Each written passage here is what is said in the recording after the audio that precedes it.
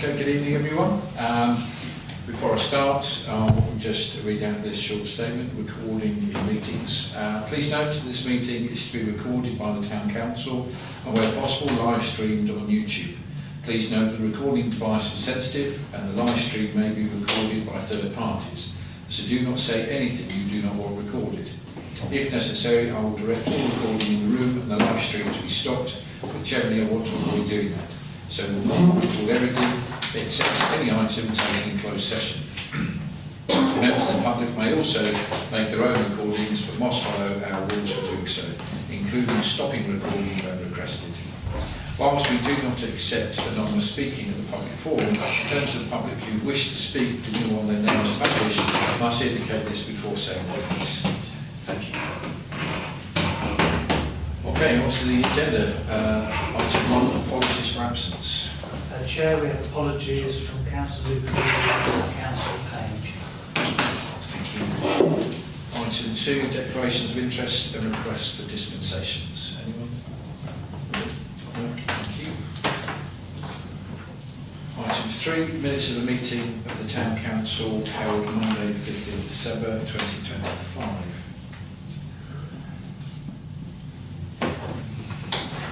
Can I have nominations for recommendation of the meeting? Councillor Hamden and seconded by Councillor Burns. Sorry, brain's not working.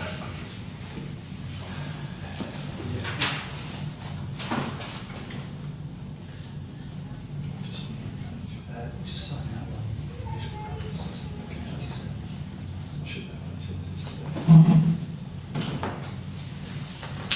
Is it that way?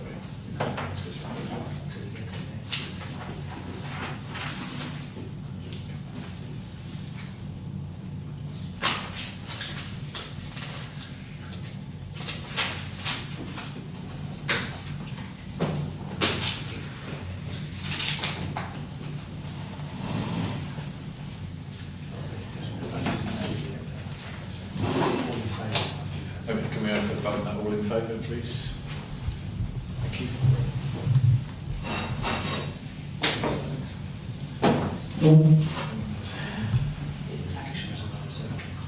So, point 4, note the progress of actions arising from the minutes not to be covered by this agenda. A, C2517B, ambulance report, letter proposing to set up a Falls First Responder volunteer scheme. Yes, so that letter went and I had a meeting on Monday morning with the ambulance service and some commissioners from the ICB, and generally speaking it's had a positive reception. They're looking at how it could work. There's a certain amount of linking in with local and national legislation and rules for the health service, such as all the matter around getting DBS checks, etc., and also working out how there can be two different levels of first responders, obviously community first responders and the Falls first responders. But it was a positive meeting. They did talk about the fact, and we knew this is not a silver bullet. The number of actual ambulance calls daily for Haverhill is about 2 a day that applies to Falls. But if you multiply that out across the area, the number of ambulances that potentially might get freed up is perhaps worth having. But as much as it would be good if it helps ambulance response times, it also, of course, was acknowledged that the C3 response times for those people who are lying on the floor would be significantly improved because they're not waiting for an ambulance, and again they accepted this problem of Addenbrooke's acting as a magnet, and therefore ambulances struggle to leave Cambridge for a C3 without being turned around for a C1 or C2 in Cambridge, because that's where the ambulance is. So yeah, it was a positive discussion. Our understanding, it's not quite right in terms of we thought that the rapid response vehicle was too busy It was more the fact that the where it was being pulled, it couldn't be everywhere at once, and therefore if it was at one location, by the time we got to the next location, it wasn't getting there in time. So it wasn't getting to falls faster than ambulances, which is why it wasn't working for them. We talked about the number of times that an ambulance arriving, whether or not it results in an admission to hospital, so whether somebody has to be transported in the ambulance services terms. And it was interesting to see that they've done an analysis of Haverhill care homes for how often they get called and the person actually needs to go to hospital, whether they get called and that person doesn't need to go to hospital.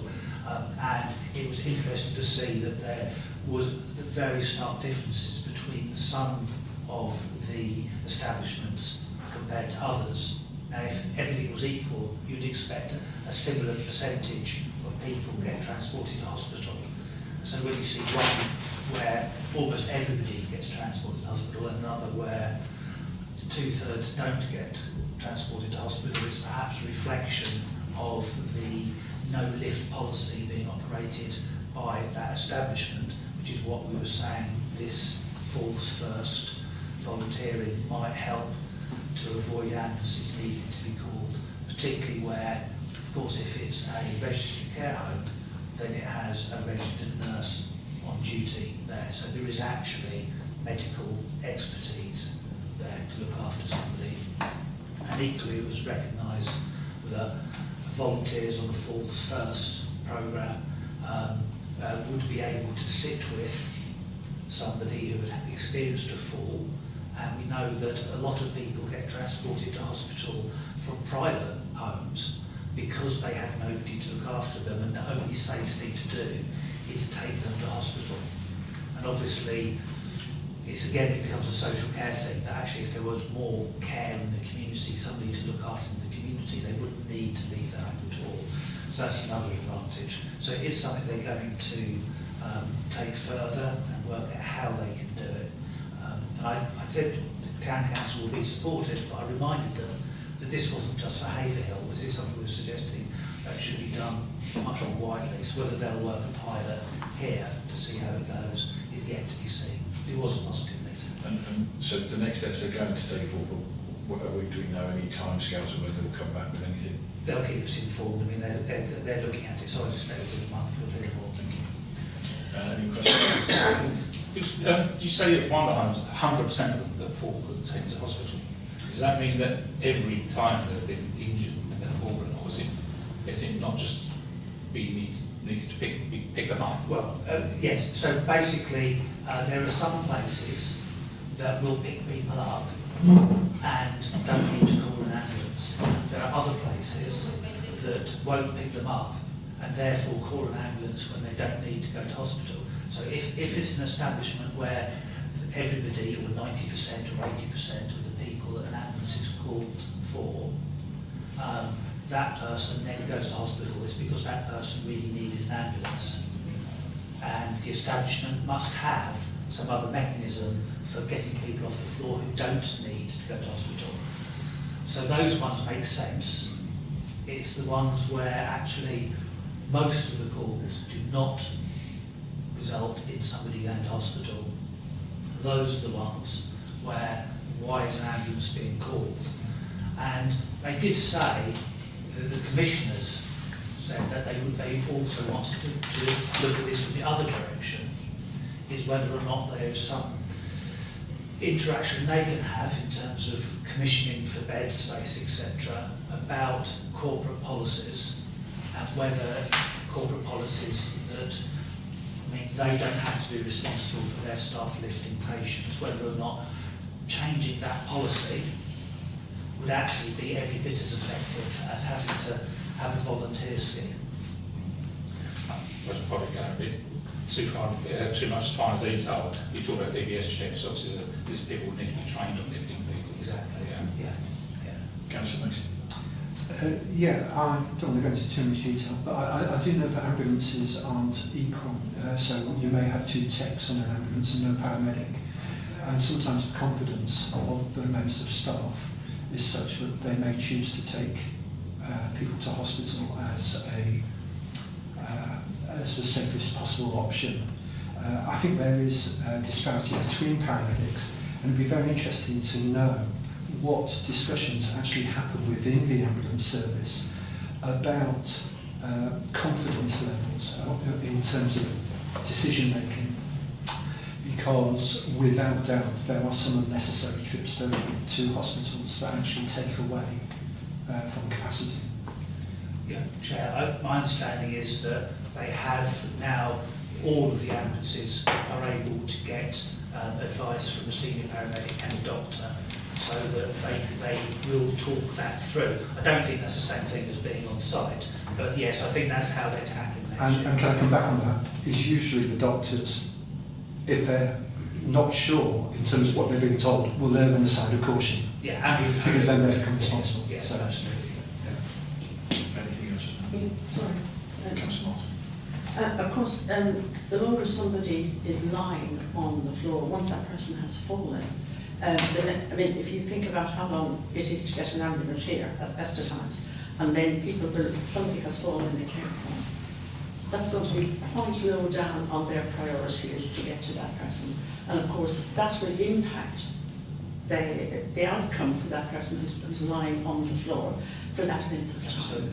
And yeah, it's a real quandary as to something really needs to be done to prevent emergency ambulances being dispatched to lift somebody off. And I think that this probably is a good way of looking at it, and hopefully with support from the ambulance service itself, it will help to bring this to the fore. Yeah, Chair, that was very much echo what Councillor Martin was saying, from what the ICB was saying, that regardless of whether it helped release ambulances, it was a good thing to get people up off the floor. Absolutely. Yeah. I mean, my personal experience, my mum was waiting 15 hours for an ambulance. She had a broken hip. I had picked her up because I didn't want to lie on the floor. But I said, Mum, just keep stiff. I said, I'm not a paramedic, but let's try and not move anything. But otherwise, she'd have been waiting on the floor 15 hours. But I think if there was a first responder, she may have been bumped up the list saying, well, okay, our assessment is this is a concern. But anyway, I think it's right. There's something we can do. Okay, B, C25, 170C, County Council's signage at Burton End. Councillor Mason, are you aware of anything? Well, this was Councillor Roach was going to be looking at this. yes, to getting this St John ambulance signed. Oh, well, yeah, it's been reported, so just waiting for them to do it. Thank you. Nice and simple. Thanks for yeah, when, but that's... Yeah, but it's on the list. Yeah. I mean, is there a way of finding out, maybe reporting that to another time, when that's likely to be done? I'll see what... Not asking impossible ones, yeah. Can I just say, in the grand scheme of things, with things much higher pressing, I'm not going to be pressing that when I've got a full list of other things. But I think it's a fair question to ask and get an answer. In terms of getting it immediately, no, I'm not going to be pushing that. Could we just take it down ourselves? We could do, to be perfectly honest. Probably easier to water us. Yeah, I'm sure nobody would mind. I think it's been turned, so it's not actually pointing towards where the new houses are going up. Yeah, it's been turned, yeah. Okay. So, I mean, maybe an action point is us doing it ourselves. Yes, we could do that. Okay, C25, 179, broader range of awards report in progress. Oh, yeah, so that's in progress. We haven't got that back to you yet. But we have had one letter that we've sent, well, we are going to be sending out to another person we discussed previously, so somebody we are going to get a letter. So that's something we would do in the first instance, in recognition of their support. So, any questions on that? Okay, moving on. 5, reports from district county councillors on issues pertinent to Haverhill and the public forum. So, A, police report, Suffolk PCC precinct proposal for members to decide any consultation response. Any probably didn't so no.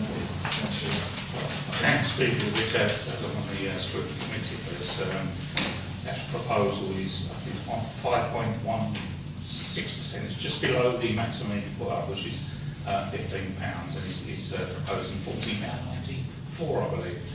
So not quite the £15. Reasoning what he's given the increase is that basically it's just raising it to stand still.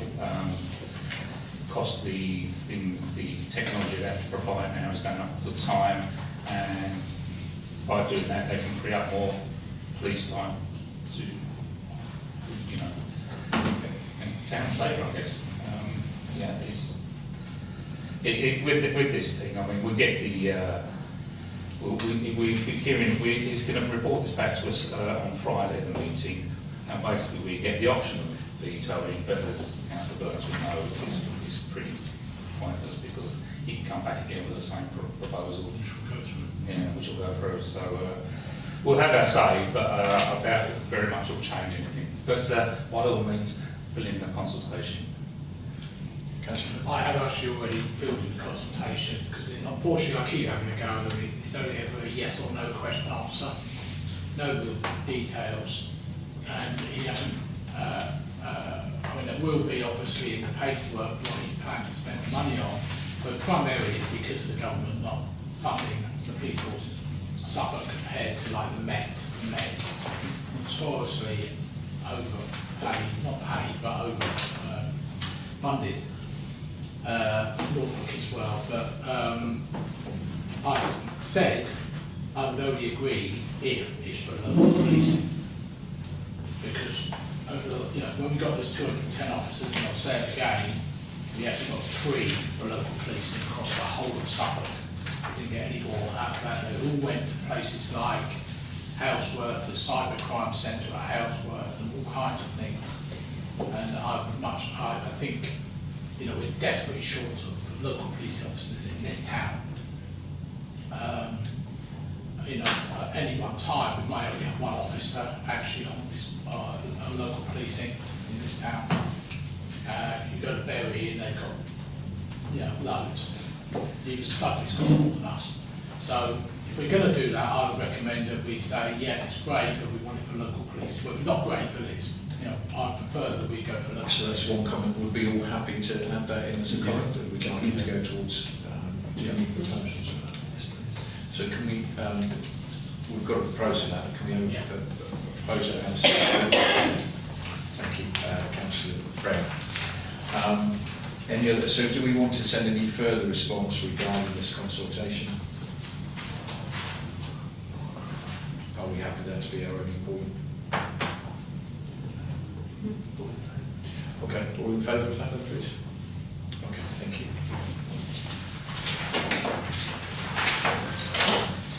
Okay, the ambulance report. Councillor Stitchman.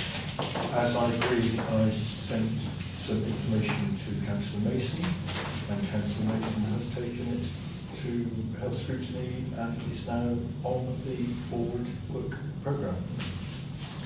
Councillor Mason, anything you want to add to that? No, just to thank Councillor Stinchcombe and Councillor Brown for their contributions. It was a speech with information and data provided by them that was gratefully received and made it a lot easier. The scrutiny committee recognised as an issue across Suffolk.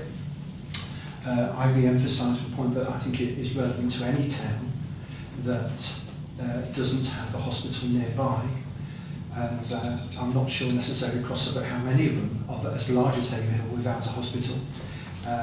And I did re-emphasise the point that actually the point was about the situation that Haverhill is in, and maybe to also identify anywhere else is similarly affected. But my focus is on Haverhill, so I did emphasise that. Thank you. So thank you, Councillor Brown, Councillor Stitchcombe and Councillor Mason taking that forward. Thank you. Any questions or comments people want to make on that?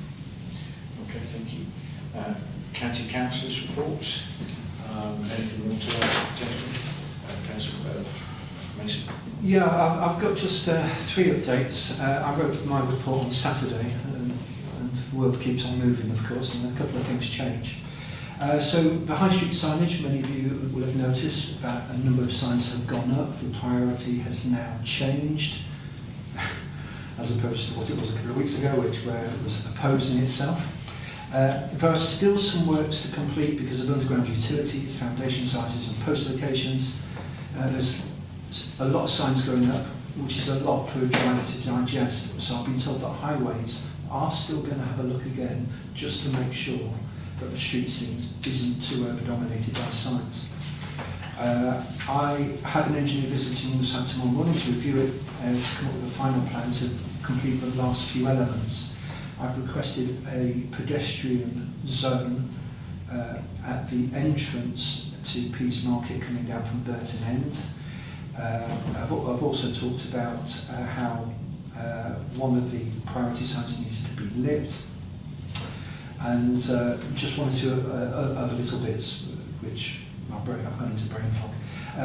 There'll be a return visit between street lighting and M Group. I'm expecting more detail in the coming days. We're nearly there, and now highways are prioritising getting this over the line. It's been very frustrating. Thank you for your patience, and of course thank you to Councillor Burns for his contributions. The Blue Light Hub is moving forward somewhat. So West Suffolk Council is preparing a technical document for partners that consolidates previous work, sets out current technical requirements and applies these to available town centre site options, providing clear options appraisal to support future business cases and funding bids. Once the document is signed off with property leads from the police, fire and ambulance services, Mr Passmore, Tim Passmore, PCC, will be asked to convene a further meeting to present the findings. Subject to that, the individual organisations will then need to formally commit to the project with joint governance and resources established. The intention is to meet with Blue Light property officers by the end of February, with a further meeting likely in March or April, subject to availability. The lead officer on this is Alex Wilson, and the Town Council, of course, may want to make representations to try and find out a little bit more about how this is progressing, because obviously it's a major project that if it comes off, will be a real asset to the town. Burton Centre lights. I was requested by the Town Council to have a look at the Burton Centre lights. I forgot to put this in my report. The severance between the car park and Camps Road is particularly dark. All lights now are working between 5 PM and 7 AM. They're on permanently. And I just walked down there on the way here, and that is very much the case. There's two still not working. One needs a new board, the other needs power. My property team are exploring the medium and longer term solutions, including LED fittings, light sensors, and also to link up with a wider town centre lighting strategy. Any questions on that first before I ask Councillor Roach? Yeah, sorry, I forgot to talk to you yesterday about it. What's happening about the TRO for outside the cinema loading bay? Okay, so it's been a while since I've asked the question. The way it was presented to me is that there is a county-wide TROs, of which a number of ones like this are wrapped up in. I think it's a fair question to say, when is that all that work going to be done? Yeah, and then, because we've been talking about it for a while. So I think that's a fair question, and I'll take that forward. Thank you. Councillor Smith? Yeah, just a quick one really. On the signs in the town centre, I don't know if it was passed on to you, but reported to the planning committee last time that there were some signs that appears to be put up in the wrong place along Williams Park. How many was it called? Top of Mill Road. It's pedestrian sign, saying there's a pedestrian design, but it's not a pedestrian design there. So I don't know if that's been passed on to you at all. Is that referring to the byway? No, sorry. Can I? Perhaps I could be of assistance. It appeared at the junction of Helens Park Avenue and Mill Road. There's that piece of vacant ground there. Yeah. I can pass that. No, Have you seen it? I'm familiar with the location. No, that's the sign which says pedestrian zone No vehicles, Monday, Friday, 10 a.m. to 4 p.m, Saturday, 6 a.m. to 6 I think p.m. that's the I one. think it's on the wrong side of that way. Is this the one that That's the one that should be by the full. it should be where? By the full. Oh, right, well, it's not. Would you mind emailing me that photo? I will, yeah. Lovely, thank Actually, you. there's a double one. There's another one on the other side. Very. Our contractors haven't done as requested. Yeah, I'll send you that. Thank you. Okay, thanks. Thanks. We've clarified that. Thanks, Councillor Mason. Any other questions to Councillor Mason? Councillor Roach, anything to? Not much more to add. Couples Lane, right on by the golf course, there's been a load of flack about potholes, whether it all sits in Essex where the problem is. Essex have now come back to us and said that they intend to do it in March. We're going to try and see if we can lean on and bring it forward a bit. Another couple of things. I've had some queries about broadband and fibre up on Shetland, on some of the closest, because they got missed off when they were digging up the pavement sort of 2 or 3 times. This particular close didn't get done. Not really anything county can do. It's come back from BT that it's not cost effective to run the cables up there, so they won't do it. So Oakridge said, you know, not. So I don't know. There's not really anything else we can much do with it. We haven't got any power to make them do it. But, Sorry, Councillor Roach, is the Suffolk's Better Broadband thing No, gone? Is that gone? yeah, gone. That's a shame. And it was only for a facilitator, it didn't actually do any work, but it was a facilitator for getting work done. Okay, thank you. Councillor Mason and Councillor Third. There was just one thing that did strike my mind. Councillor Burns and myself attended an excellent training session at the police station where we were sat with the police regarding Operation Repeat. It was about the fraud and the different methods of fraud that people are vulnerable to. And it was not necessarily new information, but just horrific, the quantity and the variance and the professional level by which fraudsters are operating across the country, but in our community. And I know Councillor Marks shared an email with the Town Council. I absolutely agree with her. I think this information should be shared. Please do have a read of it. And it's something that the police are desperate to try and get the message out to support the vulnerable in our community.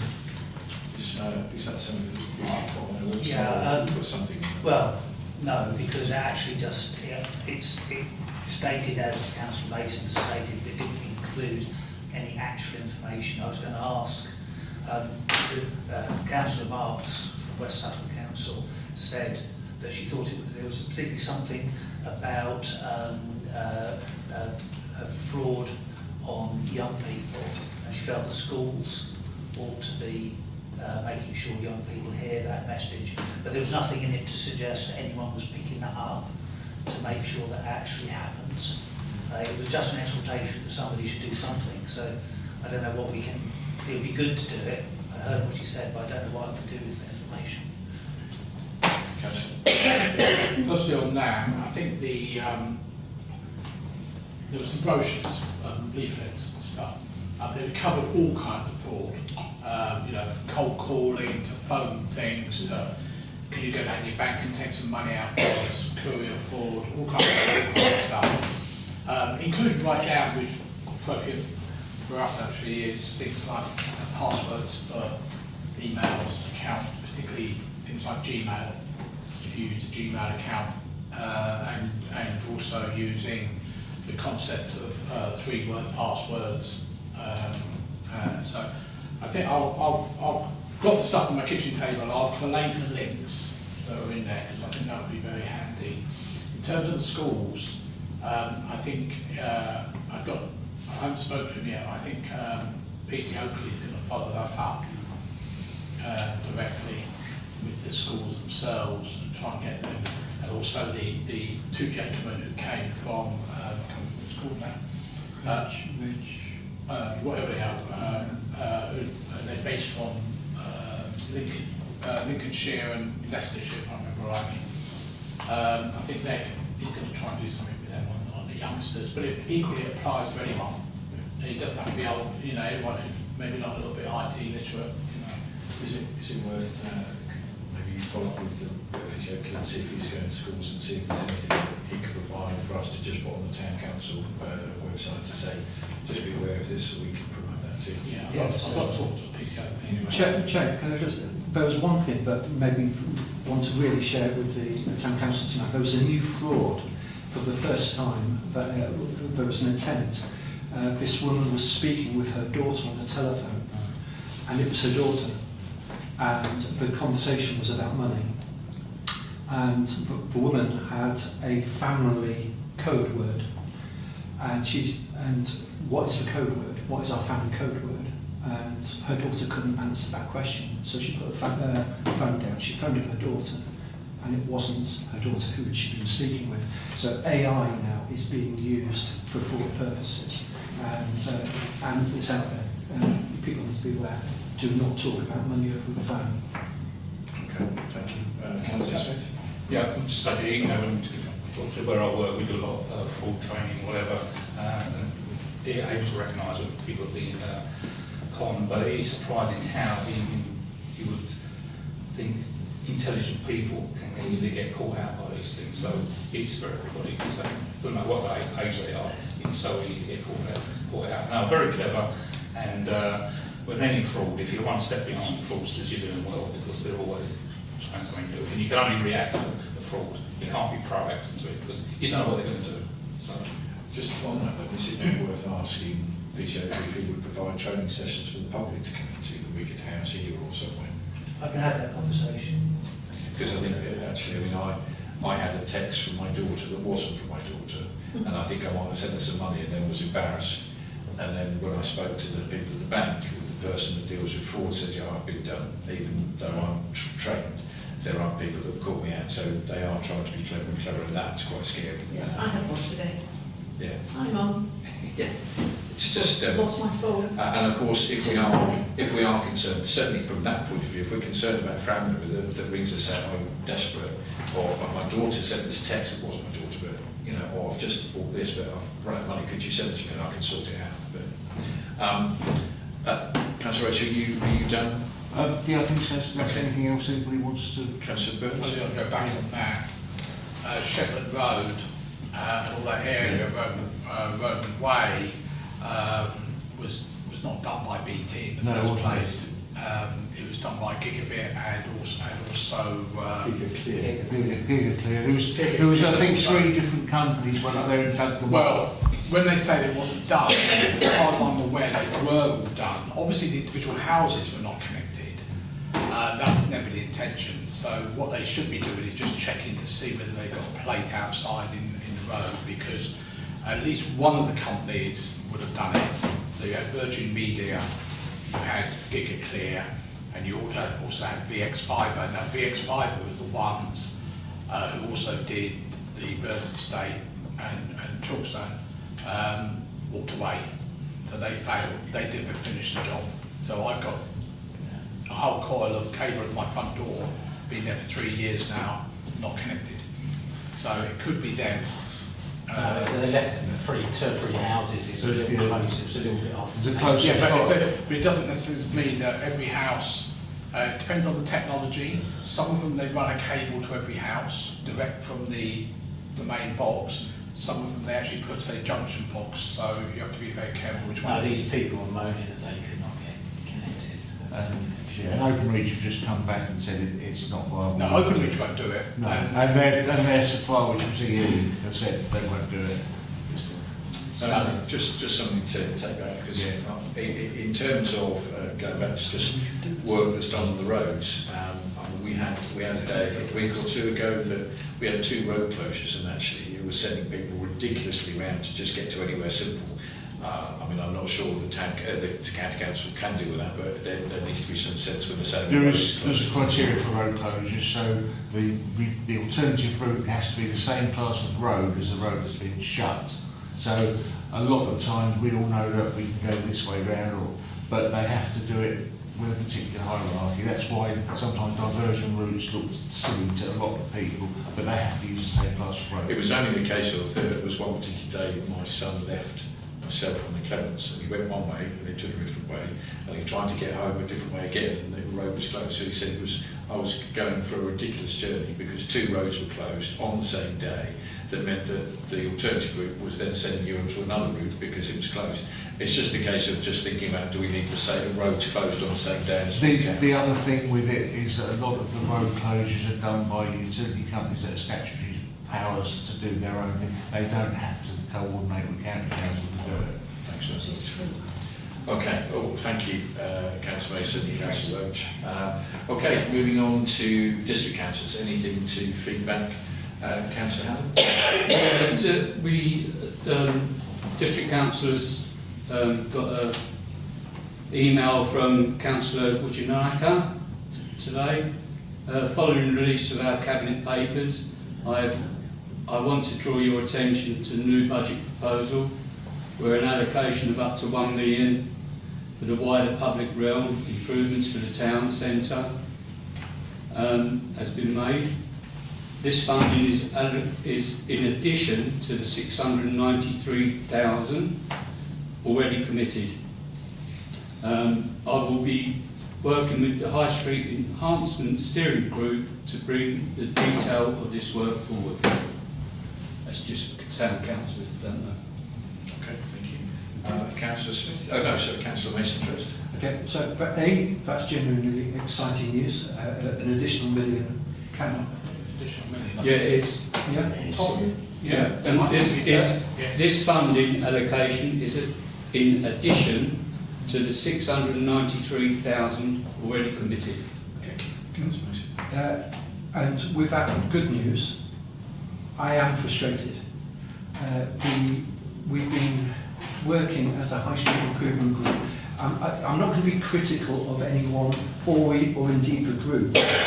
What I would say is it's moving too slowly. It's frustrating. It's not going far enough, quick enough. I know these things take time. I know consultations have to happen. But I think when we set off on this journey, we probably expected to be a little bit further along than we are now. But there we go. Thank you. Councillor Smith?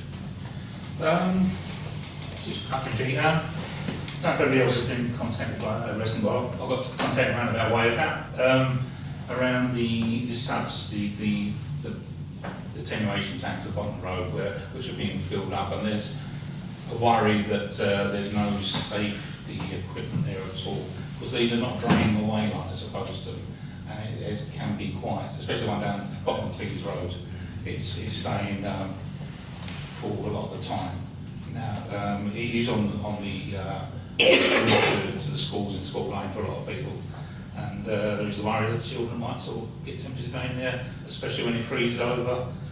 And I think it's a nice little ice cream. So I have asked officers to contact Anglian Water.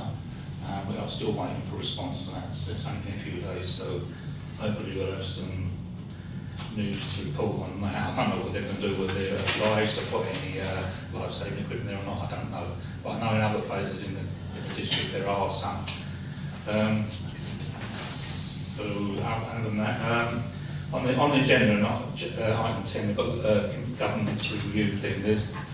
I'm sending points to a different governance review thing, task and finish group, which should be looking at minor changes, because there's no point in doing major changes because of the unitary authorities coming in soon. So it'd be around whether parishes want to merge into one parish council, or whether you want to rename wards or things like that. It won't be big ticket items, but it'll be something that they have to do every so often. I could be wrong, but is there not one of the what you call life buoys? Is there not? Anyway, sorry, Councillor. When I heard your email regarding Cleves Road and the attenuation on there, I contacted Simon Collins. I haven't heard back from him, but of course West Suffolk were the ones who actually cleared that whole area. So I'm not sure who it actually belongs to, but I think it might be West Suffolk, given that they did the work on it. So I've asked them to what is their policy, should there not be one, because obviously what you're saying makes perfect sense. Okay. Thanks. Thank you. Anything else on District Council? Councillor Phil. Yeah, another way work when the sports centre starts, and maintenance work will start on the 9th of February. The soft play area has been damaged. Lift, which has been working on and off, etc. Place has stayed really, but at least they're making a start. They're closing. Where was this, sorry, Councillor? Start on the 9th of February. No, what place did you say? The sports centre? The sports area, yeah. Sorry. Start on the soft play area first, then working around things that they do. Thank you. Bridget, anything else? Okay, moving on to Town Councillor's office report. Oh, sorry, Councillor Bams is still on. Oh no, sorry, Town Councillors. Town Councillor, Yes. right, thank you. Yeah. All it was, I meant to email Colin the other day and I just remembered, so I don't know if it's all right.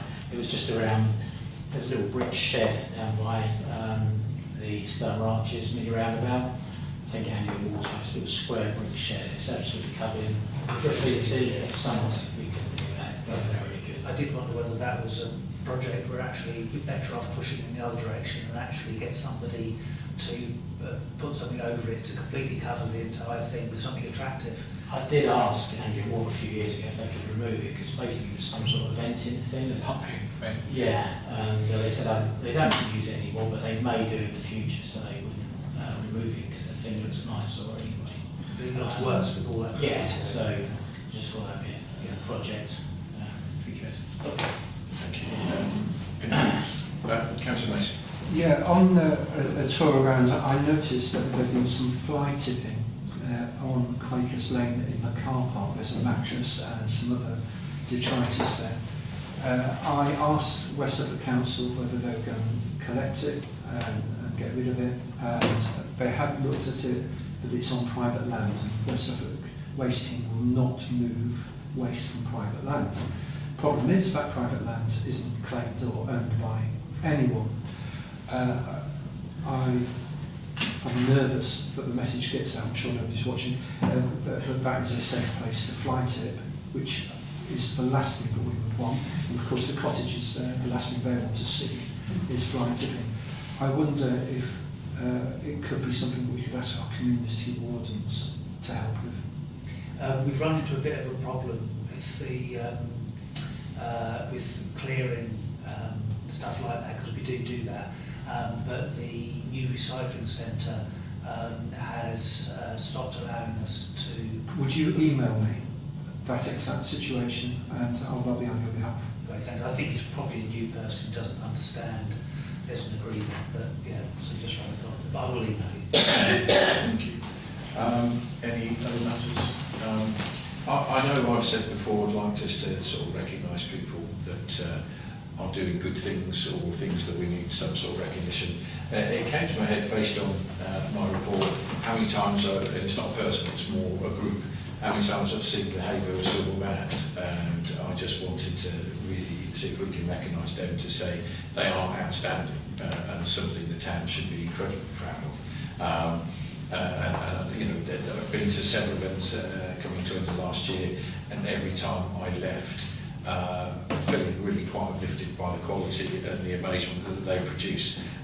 So probably I'd like to thank them for what they do and actually showing Haverhill's got something of not just excellence but absolutely outstanding and worthy of note. So it'd be nice to just make sure they're recognised in some fashion. Okay, moving on. My report, I haven't really got anything to add. It was quite brief this time. But it's great to see the start of the year, and I wish us all a fantastic and positive year ahead, whether it's be county, district or town. Hopefully we can all move some things positively forward. Okay, item 7, One Haverhill Partnership, a report from the clerk. There's nothing particularly for me to report on One Haverhill Partnership other than the board meeting took place. It was a little bit sparsely attended, but it was a useful discussion, particularly focused on health again. So I don't know whether some of the members who were there got anything to talk about.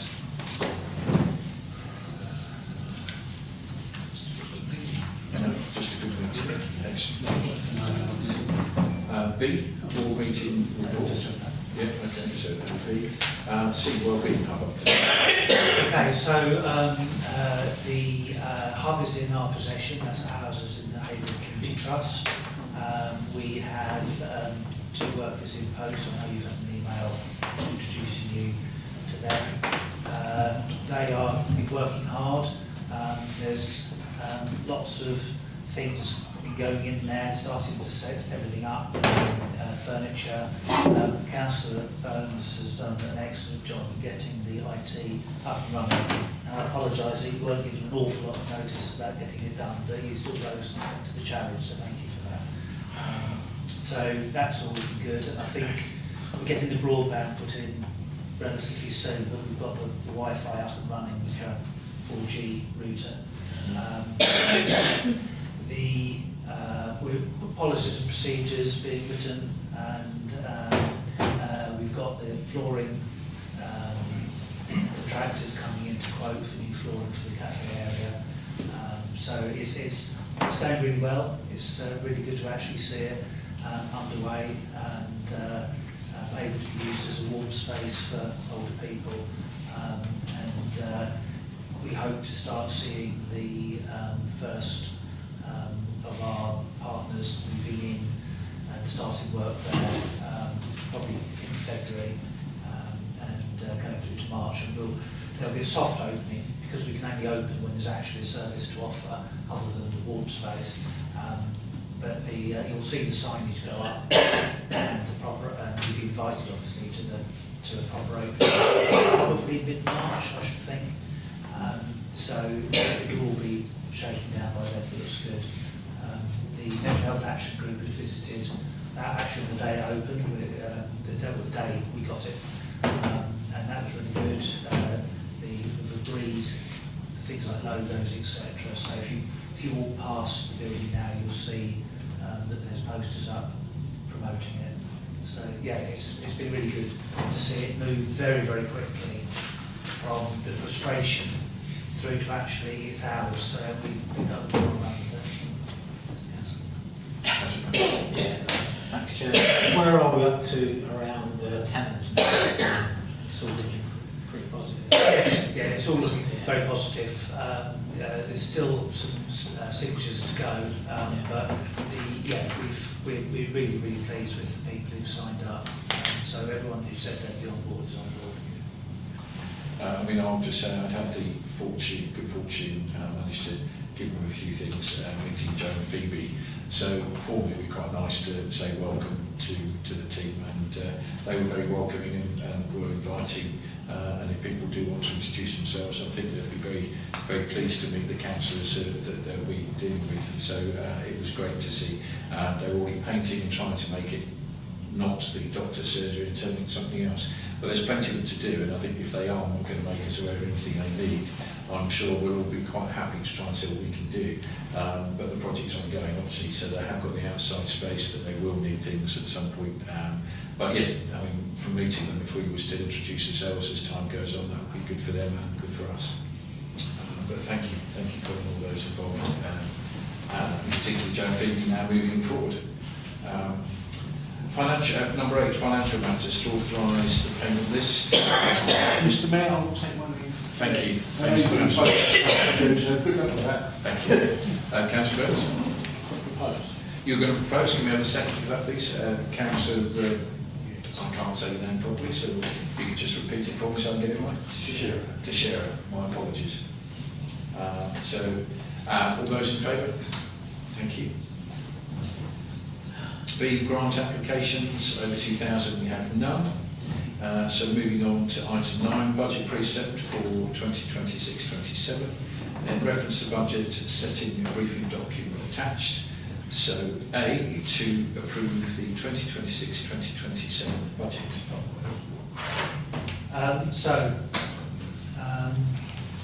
We've circulated the documents on the screen.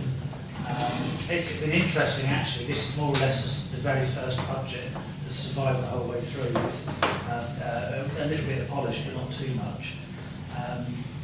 So we've arrived really very much at the end of where we started. keep to the proposal for a 2.5% increase in the precept. We've managed to keep with a slight reduction in the overall net expenditure, admittedly chasing a decreased income. I don't know, I'm happy to answer any questions that councillors may have about it. Obviously taking the budget first. So if we, so we need to approve this, really. So any questions on this? Yes, Councillor Hammond. Well, it's not a question, it's just a statement, really.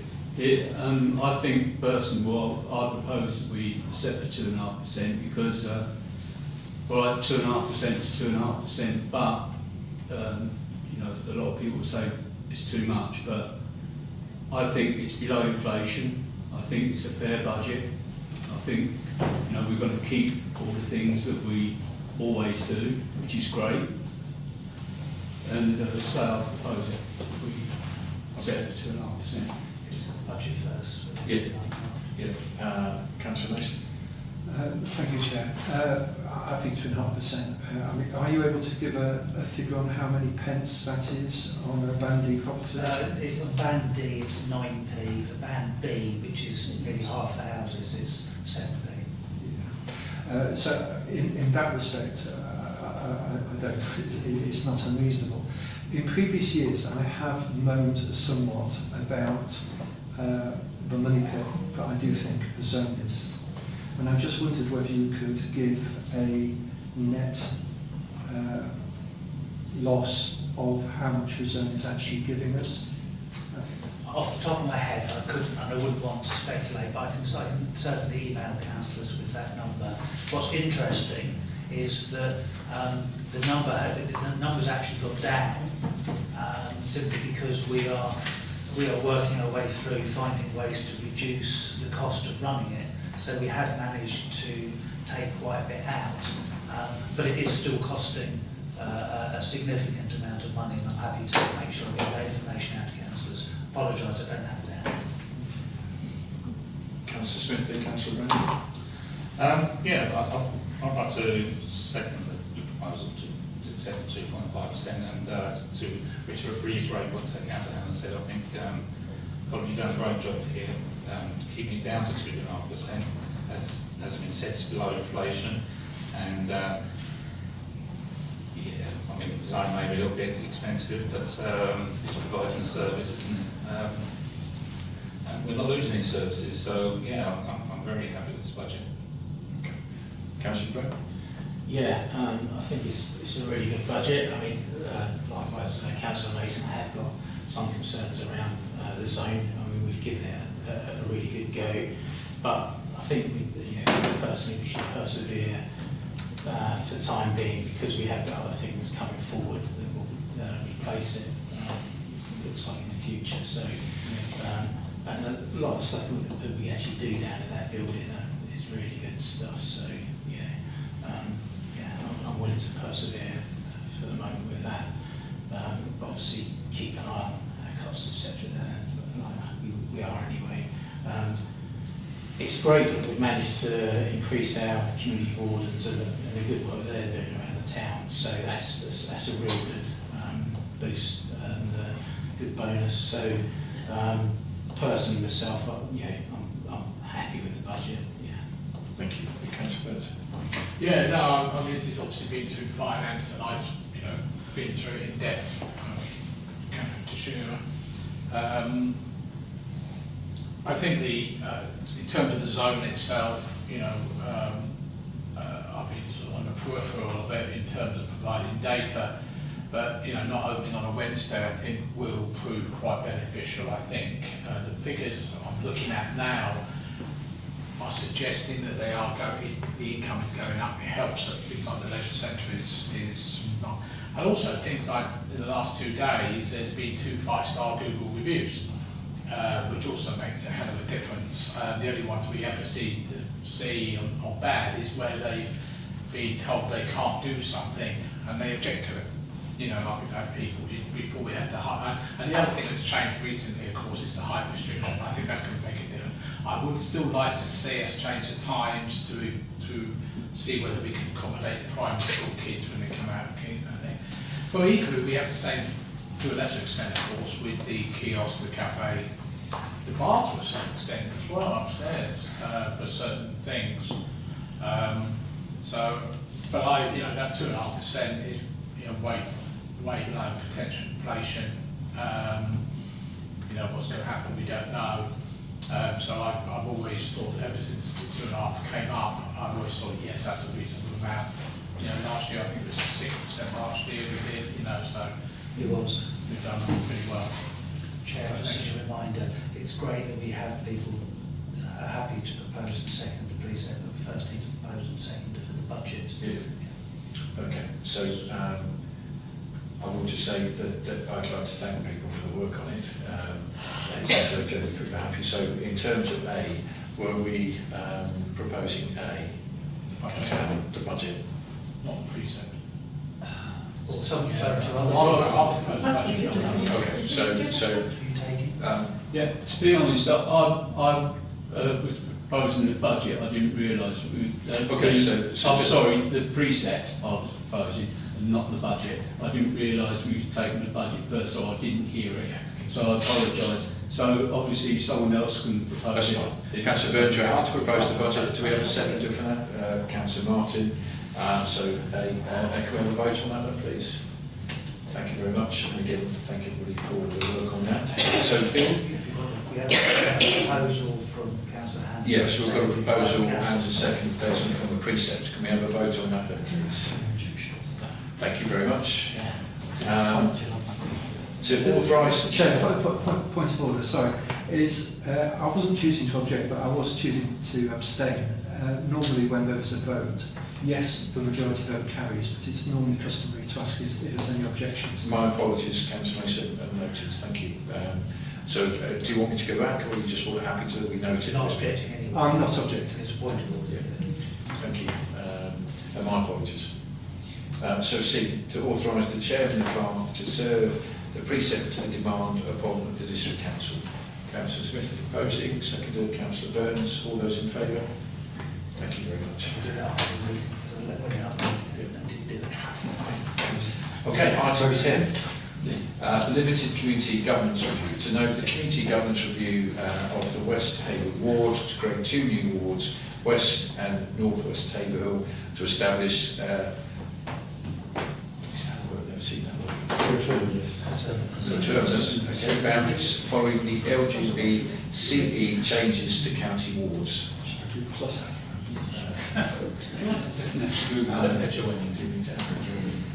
I think councillors are probably aware that the review by the Boundary Commission for the County Council moved the boundaries for the Haverhill. Basically, it's not going to be Haverhill Candle anymore. There's going to be Haverhill and there's Haverhill and Withersfield, I think. And it created a small gap in the boundaries, and councillors who've been councillors for some time will recall that you can't have a parish, a ward, straddling a county or district. So whenever our friends at the Boundary Commission decide to move the lines, they leave a gap, and that gap has to be temporarily filled. And the suggestion is to split the West Ward into West and North West in order to fill that. So the councillors who are for that ward are also just rearranged. That obviously happens at an election, so it's for whenever it next happens, which will be 2027. But it just means that the consultation is on whether that change takes place. And bear in mind this is a consultation for something that you have no choice over. If you want to cut through too much discussion, but yeah. Okay, Councillor Smith. Actually, I was going to say that it takes effect at the next election now. Whether we have another county council election is Not a county council. Well, it'll be interesting because the It's county a council division down. will change. That will happen, but this is the parish boundary. But they only change at elections. Councillor Mason. It doesn't take an awful lot to get me confused. My understanding was for the new unitary boundaries, it was Haverhill North, West and Withersfield. not Haverhill North West and Withersfield. No. And I apologise, I probably gambled through it too quickly. So the county council boundaries for the election which has been postponed is what created the gap. But though that, if it's quite likely now, it might never happen, because what will be in place instead is that there will be elections to a unitary on the new unitary authority. So this gap has been caused to create a division that will never exist. But they didn't know that at the time, in their defence. Can someone clarify, what does Cota Minas mean? Alternative means the same. Okay. Never heard that word before. I've got I may well be. Any other points up, Councillor Burns? Well, this is the LGBTA being useless again. They did this for the last time. Despite them being in that meeting I filmed, which is available on YouTube, but they said, no, parish councils are the number one thing, we work for parish councils, and they did, and they worked the other way round.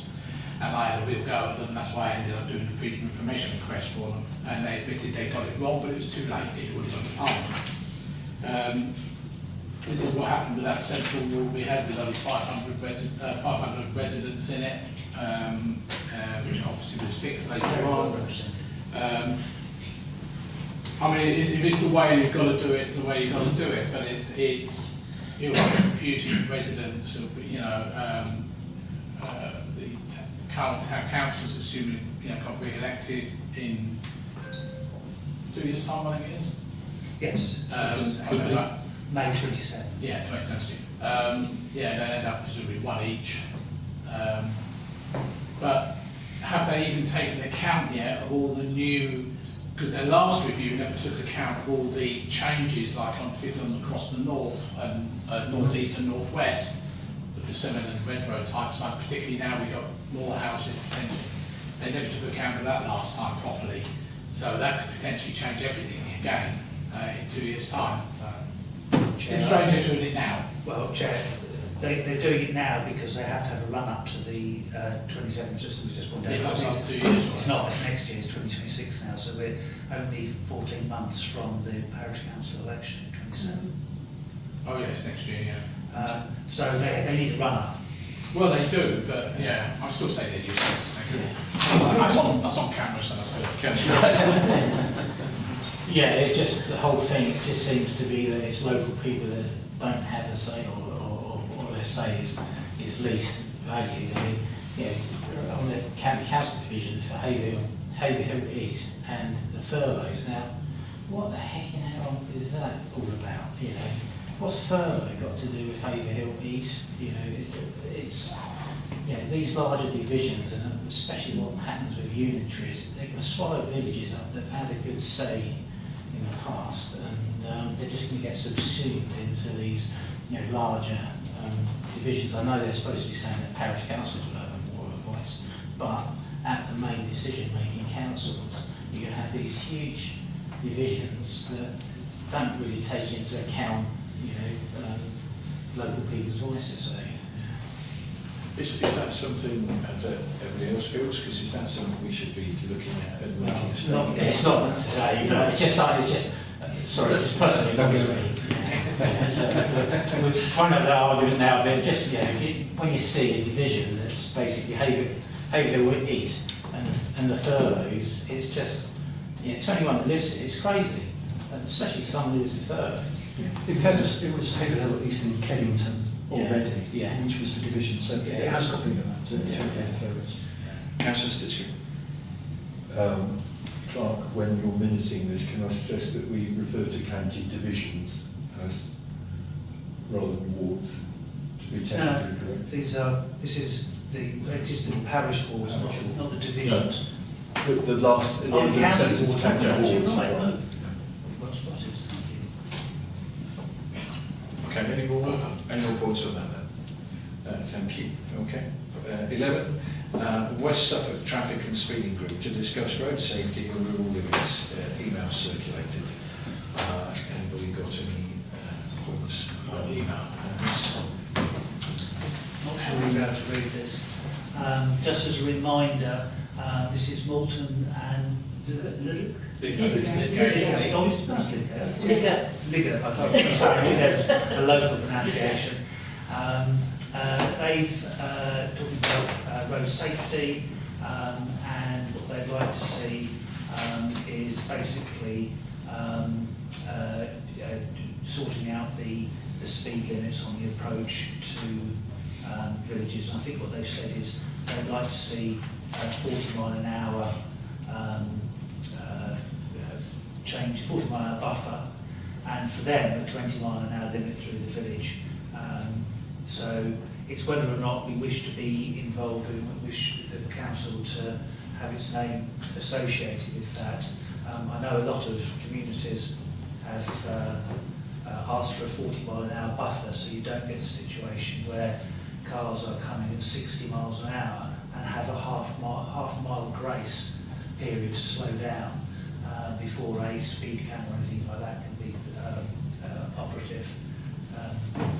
Living in a Suffolk village that's about a mile long, we fought 20 years to get 40 mile an hour buffers, because obviously if you're half mile in and half mile out, then you don't have any speed control at all. And I'm sure there are people probably who come into the surrounding areas around Haverhill who may suffer with the same. So what councillors think about this? Councillor Brown. I would absolutely support the 40 mile an hour buffers. It gives everyone an opportunity to slow down and realise there's a 30 mile an hour limit coming. But I personally wouldn't support, except for specific cases where there's schools, etc., 20 mile an hour limit. Some of those villages are quite long, and I was on the working group at the county council around 20 mile an hour limits with Mary Evans. I think nearly 3 years. We took a huge amount of evidence, and basically at the end of that it was decided not to go forward with it because the evidence really didn't support it. So yeah, so I personally would really support the 40 mile an hour buffers 100%, but 20 mile an hour I'd be very reluctant, special areas. Yeah, it's all things, environmentally it's not friendly. Cars, create a lot more emissions. I know they're going to be moving to electrics in the future, but until there's a tipping point with that, I don't think it'd be good. Yeah, so anyway. Okay, yeah, I would echo the same feeling myself. Councillor Mason. I don't know if anybody noticed one of the news items in my report, but Cabinet approved, Suffolk County Council, a new policy giving greater freedoms to parish councils to request 20 mile an hour zones in particular areas, responding to local needs. Now that doesn't necessarily mean that all applications would necessarily be approved, but certainly making the process easier for parish councils to apply for 20 mile an hour zones was passed, and I'd encourage the Town Council to maybe look at that in my report. There's a link that will take you to a news story just to find out more. But I think that is relevant to the discussion that policy change has happened at the council. Councillor Burns. Yeah, I think I agree with Councillor Brown very much so. A classic example is the road around the back going into Kennington from Calford Green area, where you come along at 60 mile an hour, it goes into a 30 mile an hour, but worse still is they put the speed device there right by the 30 mile thing, and of course it's picking everybody up doing 60 mile an hour, and they say, oh, we've got problems with speed. Well, they haven't, because it's in the wrong place, which is approved by county, that location, county highways. So having a 40 mile an hour buffer would actually give them a better thing to do, and there's many places in Suffolk that would do that. The 20 mile an hour thing, you've got to think about, as Councillor Brown said, the length of the road. It's a mile, it's not too bad.